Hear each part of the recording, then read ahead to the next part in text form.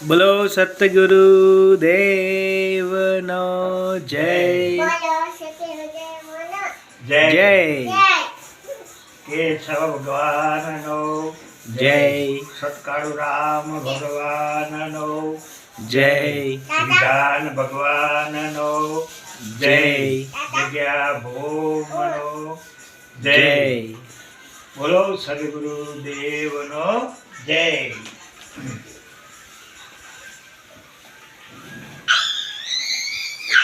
અનાહતનાદ આરતી હા आरती गुरु से अनाद नाद संते पाया स्वाद अखंड भागे आरती देह सरीखा देवड़ा माही आत्म सरीखा देव अकड़ पुरुष अविनाशी से जेनी सुर नर मुनि करे सेव अखंड भागे आरती नई डंको नई झालरी नई बजावन हार एब गेबनी गरजना रे प्रगट्यो रग रग में रणुकार अखंड वागे आरती रोई नहीं बत्ती नहीं नहीं धृत नहीं तेल अखंड ज्योत जागी रही रे एवो अनभे अद्वैत खेल अखंड वागे आरती अटल अभंगी आरती गुण गावे विश्राम प्रेम सागर ने पूजता रे मारी पूरी हૈયાની હામ અખંડ વાગે આરતી જે વગાડ્યા વિના વાગે છે તે અનાહત નાદ છે જેને રવિ સાહેબે કહ્યું છે કે ધર से अधर से आवाज कैसा होता है सुनाता है धर से अधर से आवाज कैसा होता है જેને સાईं वाले કહે છે कि कौन बजावे मेरी नजरों में ना आवे हैरत है सब उस नर को देखन वाला देह में देखो रूप रंग में क्या हरखो वड़ी कोई कहे छे कि वीणा शंख शरणाई ताल मुदरंग भेरी सुखदाई और नाद कसु कहो ना जावे ऐसा साधन साज देख ले सुन मंडल की मजा ढोल नगारा दे दे वागे પડગામ માં પડકારો નાભી કમળમાં નીરખીને જુઓ તાંત કરે તો હી કારો આપણા ધણીને ધારો શ્રી ભગવાન બ્રહ્માનંદ સ્વામીએ ભજનમાં કહ્યું છે કે બિના બજાએ નિસ્દિન બાજે ઘંટા શંખ નગારી રે બહેરા સુન સુન મસ્ત હોત હૈ તન કી ખબર વિસારી રે ये मान ब्रह्मानंद नो भजन सुनो दिल को लगा प्यारे धुनी अनहद की होती है बजे है बंसरी बिना चंखड़ियाल में दंगा ग्रज बादल के है भारी कर्म की मेल धोती है उठे धुन के सहारे से बदन सारे में गुंजारा अमृत की धार तालों में सदा मुख में निचोती है लगे मन नाद के अंदर भूले तन की खबर सारी हृदय के बीच में सुंदर प्रकट हो दिव्य ज्योति है खुले जब दृष्टि के पर्दे नजर आवे भुवन सारे वो ब्रह्मानंद की लहरी प्रेम रस में भिगोती है रवि साहेब नु भजन सुन अनहद गड़गड़े संते पाया भेद गाद शान बताई सदगुरु सहज में मुझ पर किनी महर चढ़ी खुआरी ना उतरे आवी प्रेम केरी लहर सुन अनहद गड़गड़े संते पाया भेद गाद नाभि से चुरचा चली सुन में कियो मुकाम पश्चिम घाट थी परवरी निरख्या निर्गुण राम सुन अनहद गड़गड़े आसन है अनंत करोड़ को तखत त्रिवेणी तीर वासे भेद न्यारा है उग्र ज्ञान सुख शीर सुन अनहद गड़गड़े ज्योत जला बीम जड़ हड़े वर्षे अमृत धार घाट अमी के ऊपरे पिवे मन मतवार सुन अनहद गड़गड़े संते पाया भेद गाद द्वादश पार परिभ्रम है निरख्या निर्गुण संग अणछता रवि राम उचर्या संत मळ्या सर्वंग सुन अनहद गड़गड़े संते पाया भेद गाद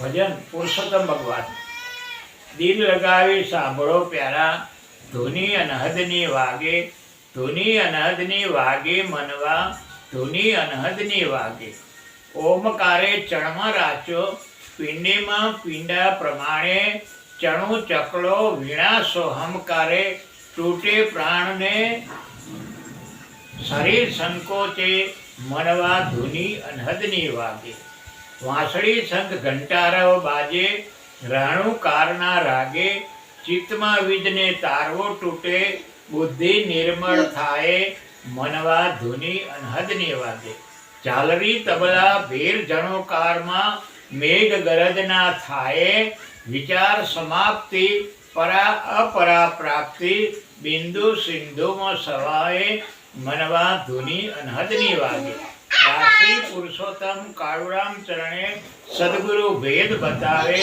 પૂરા સદગુરુ જો મળે તો અલગ પુરુષ ઓળખાય ભજન શ્રી શંકરદાસ ઉનાવાવાળા હંસા સોન શિખર ગઢની વાટ રે હેજી ઉઠતા 10 વિધિ અનાહત નાદ મારા વીરા વીરા રે દેશીડા મળે તો દિલડા ખોલીએ હેજી ઓલ્યા વિદેશથી કરીએ ના વિવાદ મારા વીરા રે માજા મેલી નવ બોલીએ હેજી હંસા તમરા બોલે કાયા ફાટતી હેજી ચકલા બોલે તૂટે સારું શરીર મારા વીરા ઘંટ વાગે ખીનતા થાતી હેજી સંગ સાંભળતા કંપે છે શીર મારા વીરા દેશીડા મળે તો દિલડા ખોલીએ હંસા તાળવું તૂટે રે વીણા વાગતા હેજી તાલ સુણતા થાય અમૃતનું પાન મારા વીરા રે વાંસળી વાગે છે આગળ જાતા હેજી જેથી થાય ગૃહ ચિદનું જ્ઞાન મારા વીરા દેશીડા મળે તો દિલડા ખોલીએ હંસા તબલા સુણજો તમે તાનમાં હેજી પરા વાણીની પ્રાપ્તિ થાય મારા વીરા અખંડ આનંદ છે ધ્યાનમાં હેજી ચિત્રું ચોખ્ખું જોને થતું જાય મારા વીરા દેશીડા મળે તો દિલડા ખોલીએ હંસા ભેરી છૂટતા ભય ભાંગશે હેજી થશે દિવ્ય દ્રષ્ટિ અંતર ધ્યાન મારા વીરા સુતેલા સાહેબ ત્યારે જાગશે હેજી મેઘનાદે થાશે બ્રહ્મ જ્ઞાન મારા વીરા દેશીડા મળે તો દિલડા ખોલીએ હંસા ગુરુજી વિના ગમ નહીં પડે હેજી જોકે વસ્તુ પડી હોય પાસ મારા વીરા ખોલ્યા રે વિના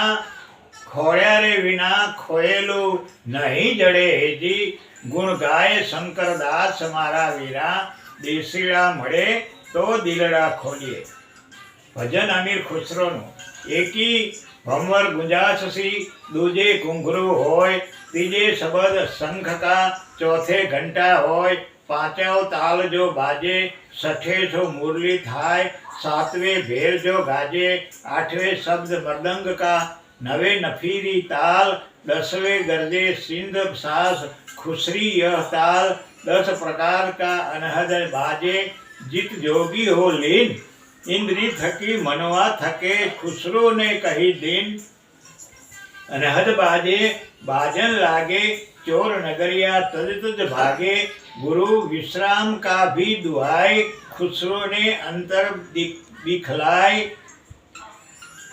શબ્દની સરોની આ ધૂન છે પરંતુ અસલી શબ્દ ઘંટ અને શંખના છે જેનો ઉપરી મંડળોથી સંબંધ છે દીવાને હાફીઝ ગઝલ કોઈ નથી જાણતું કે મારા પ્રીતમની મંજિલ ક્યાં છે એટલું જરૂર છે કે ત્યાંથી ઘંટાની અવાજ થાય છે અસલમાં શબ્દ અથવા અવાજ સંપૂર્ણ સૃષ્ટિના કરતા છે આ બધા પ્રતાપ અવાજનો જ છે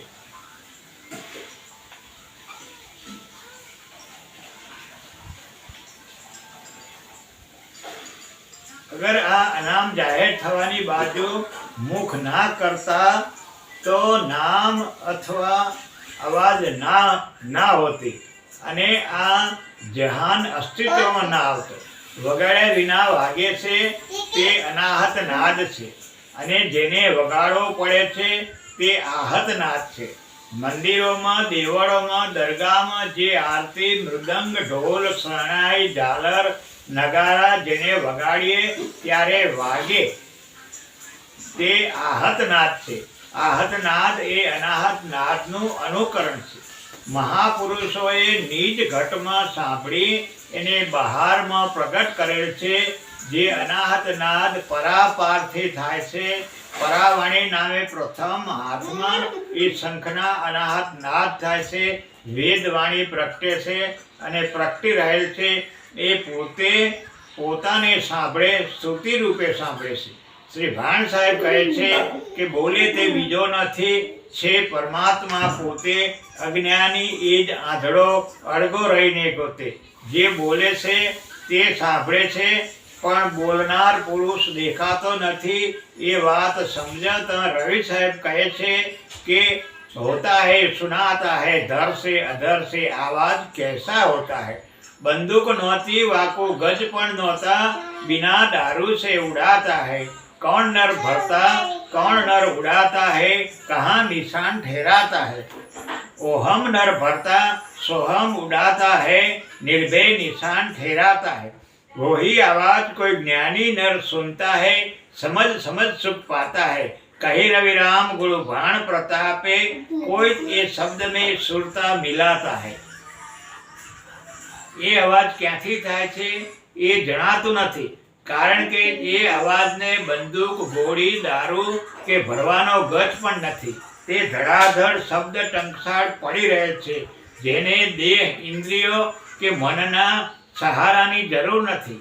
એ અનાહત નાદ સ્વરૂપ પ્રગટી રહેલ છે. જેના આધારે આખું વિશ્વ ચાલી રહ્યું છે. અવાજ થાય છે એમાં કોણ કરતા ભરતા છે, કોણ આ અવાજને ઉડાવે છે અને એનું નિશાન ક્યાં છે.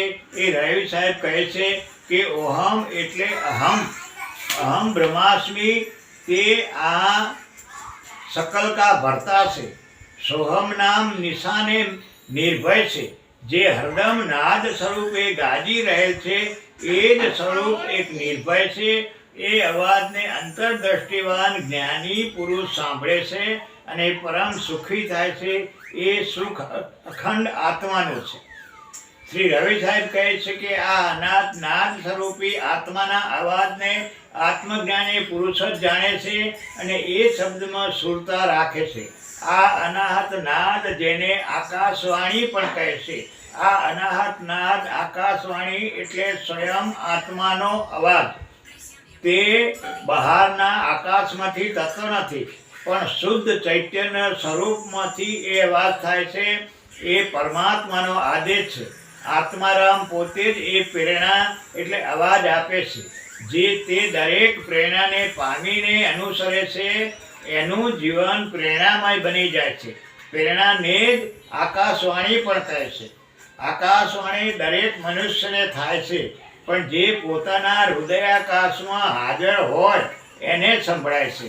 જેમ અમેરિકાથી ફોન આવ્યો છે પણ ઘરમાં છોકરાઓના બહુ ઘોંઘાટ અને બીજા ઘણા અવાજને લઈને ફોન સંભળાતો નથી. ત્યારે જેમ આપણે બહુ સાવધાન થઈ બરાડો પાડીને છોકરાઓને ચૂપ કરી દઈએ છીએ અને અંતરથી સજાગ થઈ જઈએ ત્યારે ફોન બરાબર સંભળાય છે. એમ આકાશી અવાજ કે આત્માની પ્રેરણા તો સૌને મળે છે પણ જે ફોન ઉપર હાજર નથી એટલે સ્વરૂપે સ્થિતિ નથી પણ ઇન્દ્રિયોના કાર્યરૂપ વિષયમાં લાગેલું મન છે એ બહાર ચિત્તવાળો હોય તે પ્રેરણાને જાણી શકતો નથી કે આકાશવાણીને સાંભળતો નથી. એ માટે મન બુદ્ધિ ચિત્તને ખોટા સંકલ્પ વિકલ્પમાં નહીં રોકતા કે દૈહિક કાર્યોમાં નહીં અટકાવતા અને કેવળ સ્વરૂપે સ્થિર થતા એને આકાશવાણી સાંભળવા મળે. જેનો મન દેહપણામાંથી રાચે નહીં, કોઈ વિષયોમાં ચંચળ બને નહીં, અવિદ્યાને લેશ માત્ર અવકાશ નહીં, તે જ નિજ ઘટમાં તેમ ઘટોઘટમાં ચૈતન્યને પીછાણે એથી એ જ સ્વરૂપના એકતા રહે એ જ આ આકાશી અવાજને સાંભળી શકે છે.